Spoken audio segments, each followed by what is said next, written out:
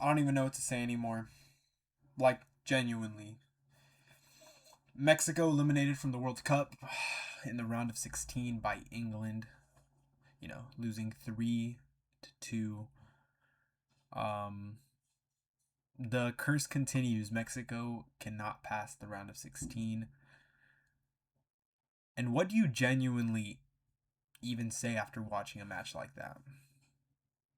Like, actually, what do you say? Because this isn't a game, you know, where Mexico got outclassed. We're not playing in Argentina. We're not playing France. We're not even playing Brazil. You know, England isn't a bad team, but this was a team that struggled versus DR Congo. This was a team that struggled versus Ghana.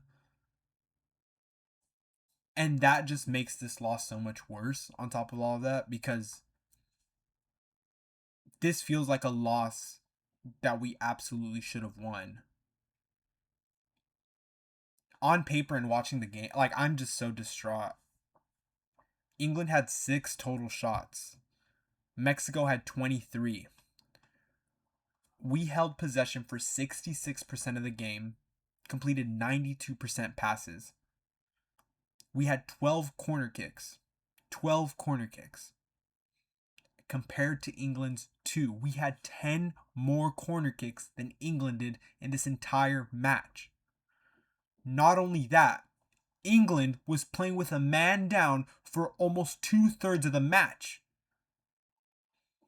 They played over half an hour, not half an hour and a half with 10 players, and somehow were the ones eliminated.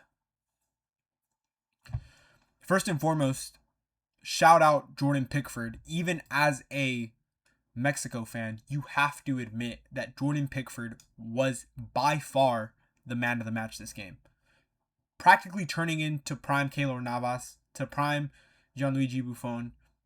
Every single cross, every punch, every save, and every time Raul Jimenez and all the Mexican fans watching thought he had one, there was Pickford getting a hand to it, which is crazy. It's with Raul, because Raul Jimenez dominated Pickford throughout his Premier League run. We've seen it. Pickford's time at Everton, his biggest, I guess not rival, but essentially his biggest threat to scoring on him was always Raul Jimenez. I mean, credit where credit is due, right? Because he absolutely won this game for England. They only had 6 shots, like I previously said, but every chance that they created almost felt like a direct threat and a danger to Mexico. And when Mexico finally started throwing, everything forward, Pickford just refused to let the ball in time and time again. It felt like every corner ended up, out of the 12 corners, it felt like every corner ended up with Pickford coming out and punching the ball out. Pickford coming out and catching it. Every single dangerous cross somehow found Pickford's gloves. Honestly, this comes down to less the ability of Pickford, as much as I'm giving him flowers, and more the ability of Mexico's finishing. I mean, I don't even know where to start with this. That's the thing. That's what makes this loss so frustrating, man. I don't even know where to start with this. I don't even want to blame the tactics at this point, which has been the issue for the last 10 years. Javier Aguirre, actually got this one right. This entire World Cup, he's gotten it right. Mexico pressed well all this tournament. Mexico controlled possession all this tournament, especially in this game. Mexico won the midfield battles for long stretches throughout all 90 minutes plus. In this game and in past games this tournament. We've had bright spots all throughout the tournament. I mean, look at Gilberto Mora. Gilberto Mora looked fearless against one of the biggest teams in the world at only 17 years old. How was a 17-year-old out there? Granted, this wasn't his best game. I'll be honest with you. This wasn't his best game, but what can you expect from a 17-year-old? You can't put that much pressure on him. I know we were putting all this pressure on him coming off the Ecuador game, but even for the performance he had today, that is a performance worth celebrating for a 17-year-old. We had players like Julian Quinones who kept making runs to the net. He kept making runs into the box. Raul Jimenez looked like the Raul Jimenez of old. He looked like prime Wolves Raul Jimenez. I I thought that injury had taken years off of Raul Jimenez's career, and this entire tournament we saw that Raul Jimenez that we all knew come back. 3 goals in 4 matches. Absolutely insane. Props to him, props to Quinones. Without both of them up top, we would never have gotten this far. We would never have gotten this far. And I think that's what hurts so much, because we've seen how well those two guys play. Like, this feels like a discredit to them. I'm so sorry. I'm stressing out just talking and having to like relive this. It took me almost an hour to turn this on and start this. I didn't even know where to start. 23 shots on target, or 23 shots. 5 of those shots were on target. 23. If you dominate a game so much that you can get 23 shots, that you have to, a game where we made the goalkeeper work more than we all did as a team. And I say we all, I refer to the Mexican team, all 10 men on the field. 10 men on the field, including goalie on the box, as 11. I'm getting way in over my head. I'm sorry, I just cannot think straight right now. There are so many moments, there's so many moments where one better decision, one better touch, one cleaner strike changes the entire outcome of this game. The entire outcome of this game. Instead, we kept wasting opportunity, and wasting opportunity. 12 corners led to almost nothing. 12 corners and we have almost nothing to show for it. We had England pinned back up against the wall time and time again for an eternity this match. They looked uncomfortable for an eternity this match, and somehow we couldn't even capitalize on it. And then, I've been, going in and ripping on the attacking. Let's talk about the defending on this team. Because, my God, I can live with Jude Bellingham scoring an incredible goal. He's one of the best midfielders in the world. I see that week in and week out with Madrid. Trust me, as a Madrid fan, as a Real fan, I know how good Jude Bellingham is. But fine, let him score one. Let him score a great header. But not even 98 seconds later, we completely switch off, give the ball away in the midfield, and let him score again? Or, no, I'm so sorry. He didn't even score the second one. It was Harry Kane, right? No, it was Jude Bellingham. Harry Kane had the penalty. Harry Kane had the assist to Jude Bellingham to score in less than 98 seconds. Down 2-0 before, anybody could even blink. Literally off kickoff, not even 98 seconds later, he scores again. You cannot concede goals like that in a tournament like this. It's just frustrating. It's frustrating just talking about this. I'm stumbling and muttering my words because it's just so agonizing and annoying to have to think back. And I have highlights here playing. I have, stat sheets here on the side of me. And it's so irritating having to see this and just seeing that we could have won. On paper, we should have won. There was nothing that had this game that this game had that shouldn't have gone our way. In a World Cup knockout game, you can't blame luck. You can't blame bad luck. You can't say that second goal was good luck towards the English side and that it was just an unlucky goal towards us. Unlucky goals don't exist, unfortunately, in the World Cup knockouts. That is losing your concentration. That is the Mexico team that we've seen, and the attitude they displayed year after year after year. After one goal, they become depleted, they lose their confidence, and they become a shell of themselves. And we saw that happen for those 98 seconds because after that, when they decided to, get back in the game, we saw a completely different version of them. We saw them, score. Quinones go score right before the half at the 42-minute mark to make it 2-1. We saw them get back into it. We saw that energy, and those last 5 minutes leading up to the 45-minute mark, leading up to halftime, we saw how much they pressed. We saw the opportunity that they were taking advantage of, and they looked like they were going to get back in it. Unfortunately, it never happened, but you can't blame. I've seen a lot of people online, Instagram, X, Twitter, whatever you want to call it, talk about how of a lucky goal that second goal was. Lucky goals don't exist in knockout rounds for the World Cup. Unfortunately, I hate to break it to you. Lucky goals don't really exist. And if you're scoring a goal in the knockout rounds of the World Cup, it's not a lucky goal. It's a lack of concentration. It's a lack of discipline. It's a lack of coordination from the opposing team. And by God, speaking of lack of coordination, lack of discipline, Edson Alvarez, come on. I don't even know what happened. Genuinely, I don't. Get this man off my TV. Get this man off my field. Literally. You come on at halftime because Cesar Montes can't continue. This is supposed to be your moment, right? You're wearing the captain's armband now. You've been the captain for who knows how long. You've been claimed and crowned by Mexican fans as the best player in our team for years and years and years. The only bright spot in our defense for years and years. You know, the player that made it to the Prem, playing for West Ham, doing all these great things, coming out of Ajax next to Jorge Sanchez. And this is what you do in the biggest game of your career. This is the performance you put on. This is supposed to be your moment.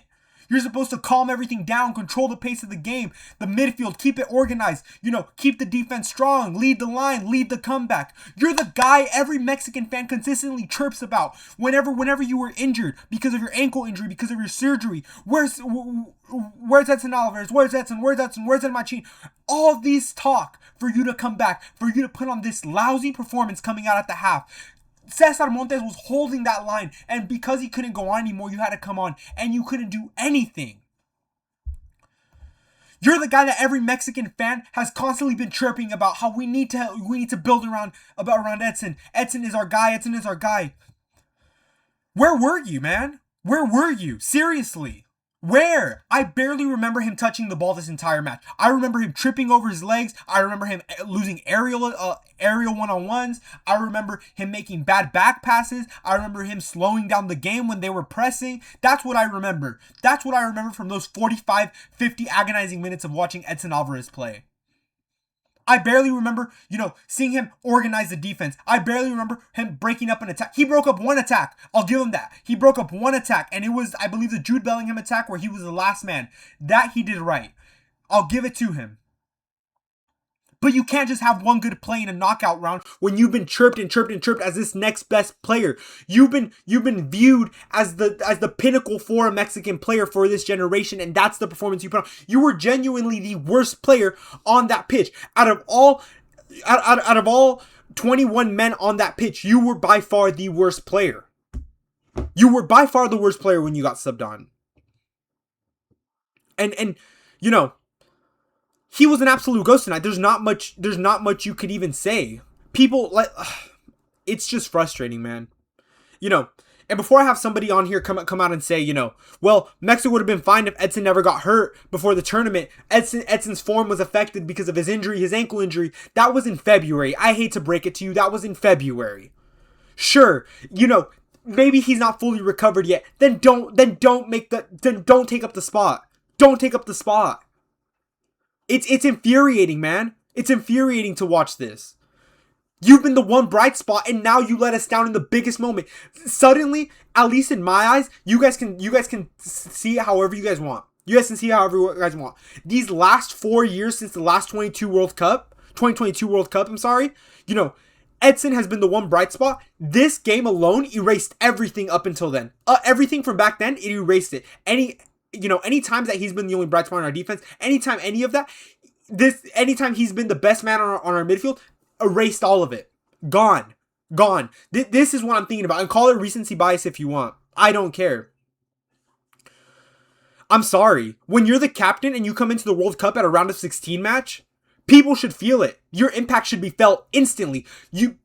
English players should have saw you come out the tunnel after half for Cesar Montes and feared coming your direction. Harry Kane should have saw you and been avoiding you. Jude Bellingham should have saw you and been avoiding you. Saka should have saw you and been avoiding you. That's not what happened. They were going at you play after play. You were the weak spot. You were the spot that they were targeting play after play after play. When Rafa Marquez was playing, he controlled the game. When Declan Rice was out there, he controlled the game. When Rodri's out there for Spain, he controls the game. When Moises Caicedo is out there for Ecuador, he controls the game. When a captain, aka the best player on your team, is out there, you control the game. You failed to do that for all 50 minutes plus.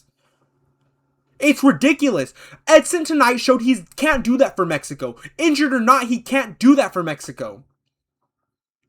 I kept waiting for that moment tonight. Waiting and waiting and waiting. Praying and praying. And it never came. It never came. That defense was abysmal tonight. And brother, don't even get me started on the guy on the opposite side, Jorge Sanchez. Brother, I don't even know how many tournaments we have to give you. I don't know how many tournaments we have to watch you play and pretend like this is good enough. Truthfully, every dangerous attack felt like it came down on your side. Losing, you were losing runs, losing loose balls. Granted, you had some great wins. I'll give that to you. But a couple of good plays aren't going to make up a whole 78 minutes plus of terrible play. Granted, you've been good this tournament. You've been serviceable this tournament. But why do we have to still be okay with serviceable? We've seen other players step up in better moments. I don't understand why we have to still be giving him a national call-up every single tournament when he's just been slightly better than serviceable for us. It's annoying.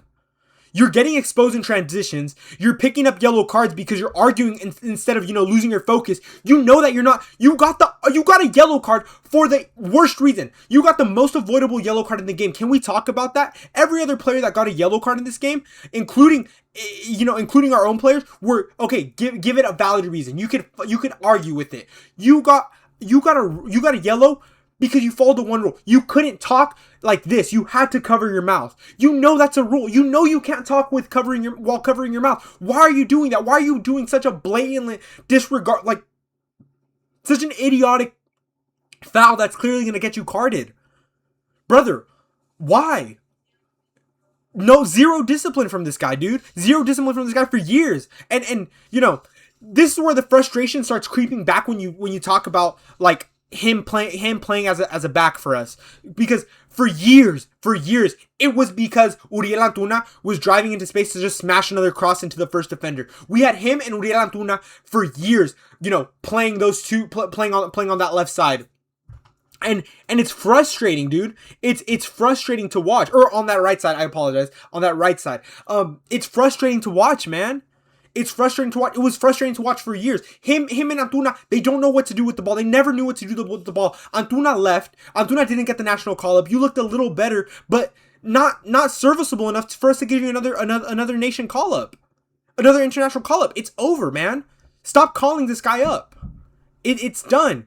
Please just give someone else a chance. That's been Sanchez for the last 4 years. Mexico desperately, needs to search for goals in a big tournament. Needs to look for a player that's going to step up. Needs to look for a player who isn't going to give him a 5.9 player rating on an elimination game.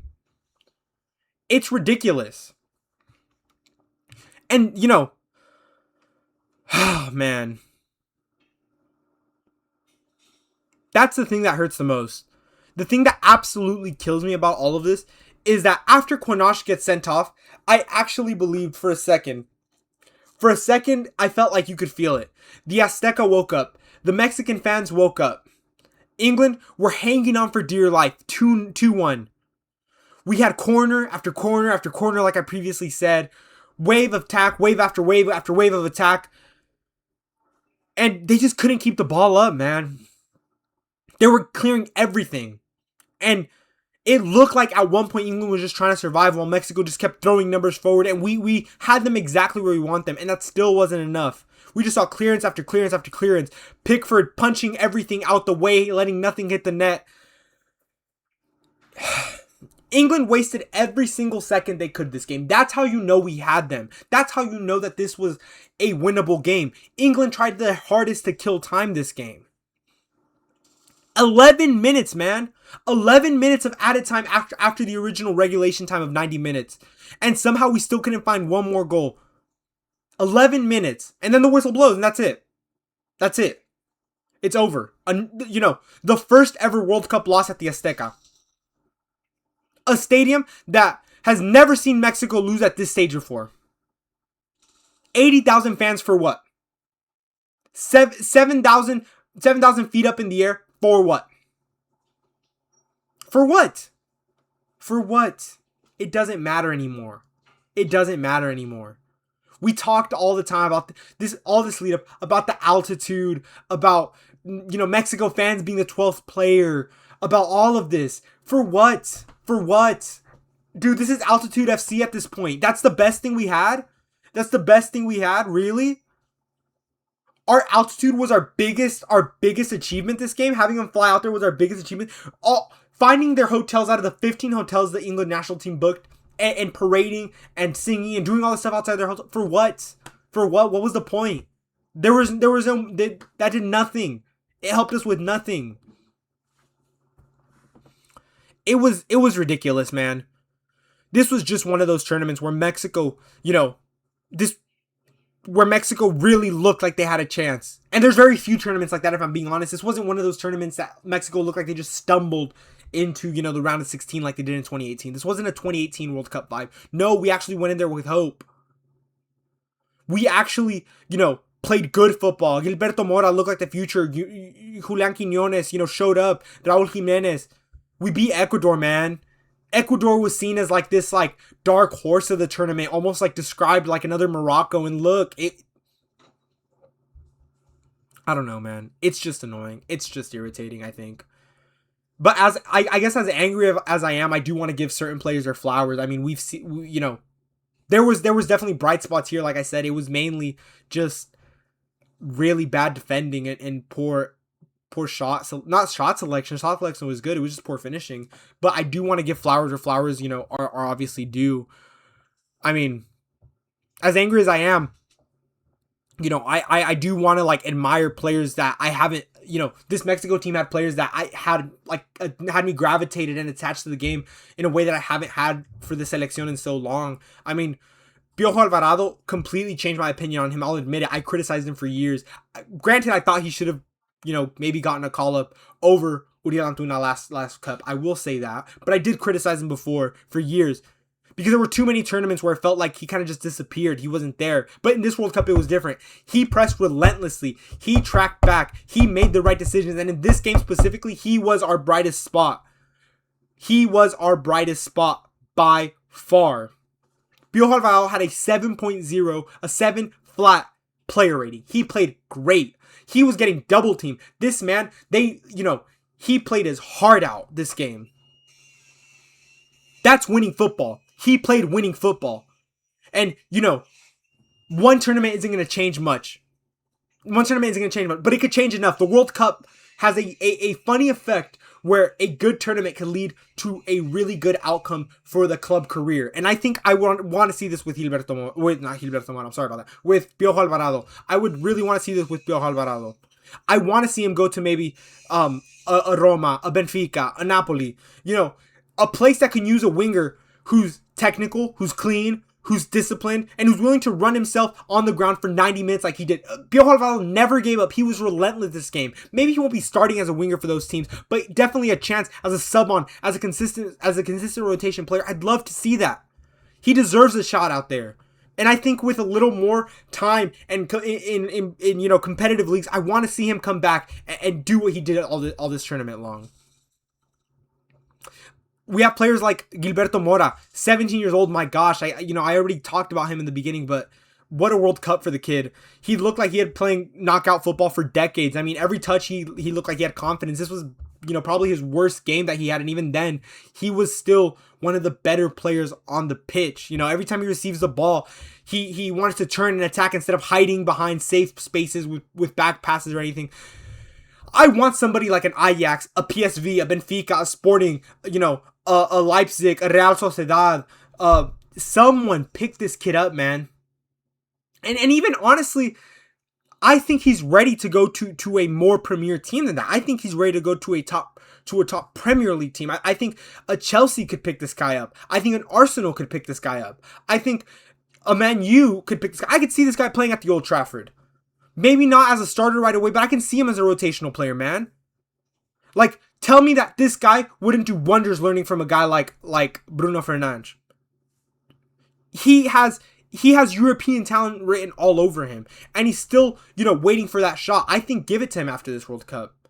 Another player that I also want to see make a big move, after this, Johan Vasquez, man. I don't know what else this guy has to do, if I'm being honest with you. He's already proven himself every single week in the Serie A, right? One of the toughest leagues in the world. He's been world class for them. Calm on the ball, reads the game well, wins aerial duels, big defensive guy. He's a left-footed center back with composure. Those don't exactly just pop out left and right. Those are pretty hard to come by. I want to see a big team make a move on this guy. I think, honestly, Barcelona should be calling him right now. And as crazy as that sounds to some people, I think that he has value to go play for an FC Barcelona. I think he is intelligent enough. He's composed enough. I think he's ready to go play for one of those teams. Especially, I think he'd make a great pair in that Barcelona back. I think they should be picking up the phone right now while he's in the locker room, if I'm being honest with you. Other players who I think did great was Eric Lira. I think Eric Lira was quietly had one of the best performances all throughout the tournament. Today, there was times where he went one-on-one with Bellingham, one of the best defenders in the world, and pocketed him. It wasn't just one time; it was more than once. And I think he did great. I think teams like like Osuna and Getafe should be making calls to this guy. Sociedad, Mallorca, Torino. I feel like these teams should be calling him. I feel like these teams should be calling him up and trying to get him a contract over the summer. These are players that for low value you can pick up, and they could bring lots of, they don't, not maybe name brand, but they can bring lots of value on the team. And obviously I'm saying this a little biasly because I know that it would help the Mexican national team progression too. But yeah, man. I think I'm more calmed down now. I think after this like little rant, I'm a little calmed down now. I mean, it sucked starting off. I think you could see how like passionate I was. I didn't really touch too much, I guess, on Raul Jimenez and Quinones, but those guys were just spectacular this tournament. I think, Quinones was one of the top scorers in the Saudi Pro League. Jimenez, we know how good he could be when healthy, and he looked healthy this entire tournament, so those don't really surprise me as much, but I do think that those guys deserve major praise. I think it was stupid to take off Quinones, though. Bad decision. Bad decision to take off Quinones late in the game, in the 80th minute. But I'm tired. I think I'm tired of ranting. I think I've gotten angry enough at this team. I'm a lot more calm now. Looking at the scoreline, 2-3, people are gonna look back and say England deserved it, and whether you think that or not, maybe I'm still a little salty. I don't know. I don't think so. I don't. Watch the game. England were good. They weren't the England that everyone's used to. Mexico was just wasteful, I guess, in certain aspects of the game. This wasn't really about talent. The names on both, obviously there's names on one side that stand out so much more, so people are automatically going to gravitate to that team. But I think for the players that Mexico had, we didn't have a standout star this tournament. I think we did great. This tournament. I think we did good. This performance is a little wasteful in certain aspects, especially in the defense. In the defensive setting. I think I'm actually at that, like, I'm going through, like, I think in this video, you've seen me go through, like, the stages of grief. Like, now I'm just at, like, I guess accepting. As much as it hurts, like, I can't say I guess I didn't envision this happening. It's been the same movie one too many times since I was, a kid watching this selección. And I know a lot of new fans have tuned in and they had lots of hope, and, it sucks because I feel like the fans that have been watching this team for years deep down knew that something like this was bound to come across us, right? I mean, we haven't passed the round of 16 in how many years? Man, it's been the same story for so long. I mean, I remember watching Aher Robin break an entire generation of Mexico fans in 2014. I watched us finally slay the giant and beat Germany 1-0 in our opening group match of 2018, just to get smacked up by Sweden 3-0 a week later. I remember getting sent home by Brazil in that round of 16 too. I remember, Tata Martino standing on the Argentinian sideline, congratulating the Argentinian team after they beat us in the group stage in Qatar, and feeling like our own coach had betrayed us. And, I don't know. I watched us get destroyed 7-0 by Chile in Copa America Centenario. I watched the United States turn from, our little brother nation to the team that's still currently in the tournament, who's probably going to win tomorrow against Belgium, honestly, especially now that they have Flo Balogun back. I watched them win the Nations League when we against us. Then Copa America comes around and we lose to Venezuela. It just, I don't know, man. I don't know. Every time I just watch this team, I feel like, surely this has to be rock bottom. And then Mexico just finds like another low. It's just tiring, man. It's just tiring. It's just tiring and sad, and I guess embarrassing in a way. I don't know. I guess I'm tired of like complacency from this team. I'm tired of just at least we competed, or maybe next tournament. I'm tired of hearing moral victories, which I feel like everybody tends to take. Everybody who hasn't watched this team or doesn't keep up with this team tends to take. I'm tired of the round of 16 curse. I'm tired of losing by a penalty. I'm tired of consistent almost every single game, every single tournament, every 4 years. Every generation feels like they're always telling you how this team is different. Back then we had, in the 2010s led by Andres Guardado, with Chicharito, with Hector Herrera, with Irving Lozano in the early 2020s and, late 2010s. Before that we had the Rafa Marquez, teníamos a, Cuauhtémoc Blanco,